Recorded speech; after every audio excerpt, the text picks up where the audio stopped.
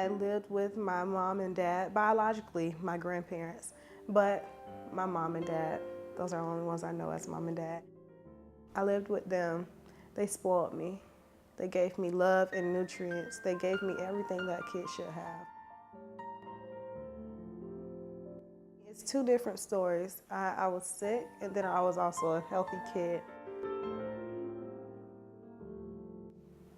Biologically, I have one brother and one sister. I don't have a relationship with my siblings because our birth mother, because she was a drug addict, our arrangements were separate. It was my biological grandmother. It was her dying wish to keep me and to raise me, and that's what she did.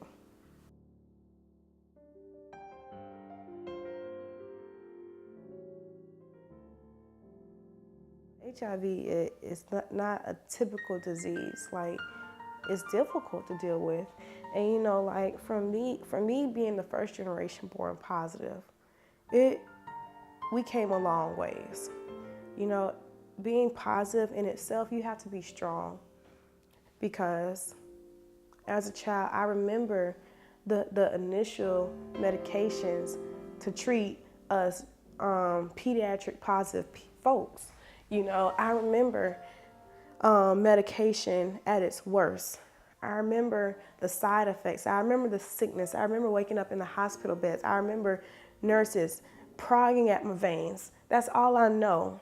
And then I also remember taking 9 scoops. That was medication back in the days. It came in the powder form, and this is for us kids to make sure that we can properly take our medications.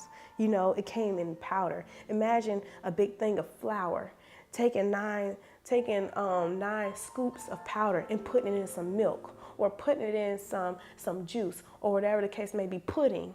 I had to take, and it's not even powder, it's medication. 9 scoops of medication, crush those pills up, crush 9 pills up, and pour it into some liquid. And I had to take that every single day, twice a day. It was disgusting and was sickening. I didn't ask for this. This was something that you was in the world, and you got caught up in the world doing, and then it bounced off on me. I didn't ask for this. This is something that you just happened to give me. I would see right in front of my face each year, one of my good friends get skinnier and skinnier and darker, and cheekbones suck in. I would have to see that. I would have to watch my friends die. So you can't tell me that I haven't been through it. And this is just HIV alone. This is not even my life.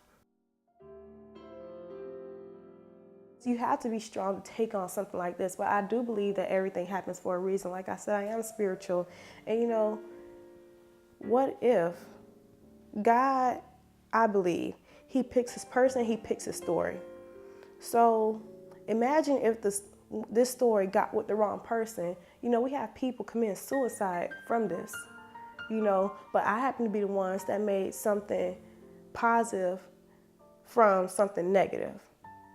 So maybe I was chosen to help somebody, because through my story I can help folks, and not only positive people but negative people understand that it's more to it than just that. Because my thing is, HIV is something to be understood. It's something to not so much waste your fear on, but it's something to more so be understood.